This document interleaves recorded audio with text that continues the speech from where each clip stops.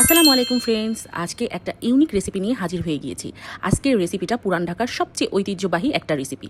কুরবানির মাংস দিয়ে ওরা এই রেসিপিটা প্রত্যেক বছরই করে থাকে, আর আমি এটা শিখেছি এক পুরান ঢাকার ভাবির কাছ থেকে। এত কম মশলা দিয়ে যে এত মজাদার একটা রেসিপি করা যায় সেটা আমি সত্যি ভাবতে পারিনি, আর এটা আমি শেখার পরের থেকেই প্রত্যেক বছর কুরবানির মাংস দিয়ে এই রেসিপিটা ট্রাই করি, তাই আপনাদের সাথে আজকে শেয়ার করলাম। অবশ্যই আর বেশি বকবক করবো না, সরাসরি রান্নায় চলে যাওয়া যায়। এখানে আমি প্রায় 5 কেজি গরুর মাংস নিয়েছি। গরুর মাংসের পিসটা একটু দেখতেই পাচ্ছেন কত বড় বড় টুকরা করে কেটেছি।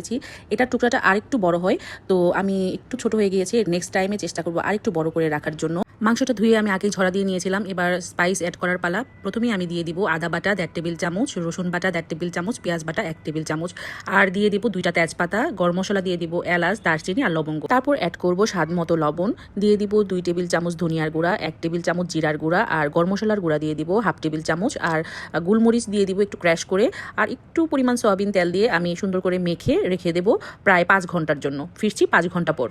5 ঘন্টা আমি মাংসটা ম্যারিনেট করে ফ্রিজে রেখে দিয়েছিলাম। এই সময় মাংসের ভেতরে যে স্পাইসগুলো আছে খুব সুন্দরভাবে ইনহ্যান্স হয়ে যাবে, আর স্পাইসগুলো খুবই ভিতরে যদি সুন্দর করে ঢুকে তাহলে এটা টেস্টটাও অনেক ভালো হবে। এবার সামান্য একটু পানি দিয়ে আমি এটা চুলায় বসিয়ে দিলাম অল্প আঁচে। এই মাংসটা রান্না করতে আরেকটা মূল ইনগ্রিডিয়েন্টস হলো, সেটা হচ্ছে গরুর চর্বি। এখানে আমি প্রায় 1/2 কেজি পরিমাণ গরুর চর্বি নিয়ে নিয়েছি। যখনই আমি এটা পানি দিয়ে চুলায় বসিয়ে দিব, উপরে ঠিক এইভাবে চর্বিগুলো ছড়িয়ে দিয়ে ঢাকনা দিয়ে ঢেকে অপেক্ষা করব পানিটা বলক আসা আগ পর্যন্ত। পানিটা বলক আসলেই দেখা যাবে যে চর্বিগুলো আস্তে আস্তে গলে যাচ্ছে। এই পর্যায়ে আমার আজকের মতো রান্না শেষ। এই রেসিপিটা অনেক লং প্রসেস, এর জন্য এটা আপনাদের সাথে শেয়ার করতে আমার একটু দেরি হয়ে গেল। এটা ডে বাই ডে আমি 1 2 3 4 দিন 5 দিন আমি আস্তে আস্তে জাল দিয়ে নিয়েছি, সেমভাবে অল্প অল্প করে। পুরো 1 সপ্তাহ লাগে এই রেসিপিটা রেডি হতে। তো আমি আস্তে আস্তে সুন্দর করে জাল দিয়ে নিয়েছি, নাড়াচাড়া করিনি যাতে মাংসটা যাতে ভেঙে না যায়। এই পর্যায়ে 6ষ্ঠ দিনে আমি মাংসগুলো তেল থেকে আস্তে আস্তে আলাদা করে নিয়েছি এবং চর্বিগুলো ফেলে দিয়েছি। তারপর আমি একটি কড়াইয়ে ভালো মতো তেল দিয়ে নিয়েছি। তেল দিয়ে মাংসগুলো তুলে এটার মধ্যে সুন্দর করে গোল্ডেন করে ভেজে নিয়েছি।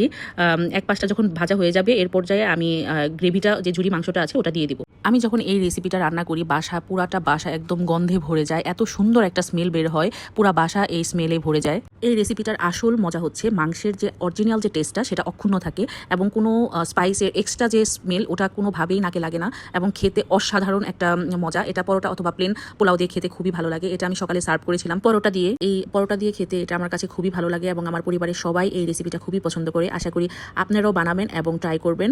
আজ না দেখা হবে নতুন অন্য কোনো ভিডিও নিয়ে। সেই পর্যন্ত আল্লাহ হাফেজ।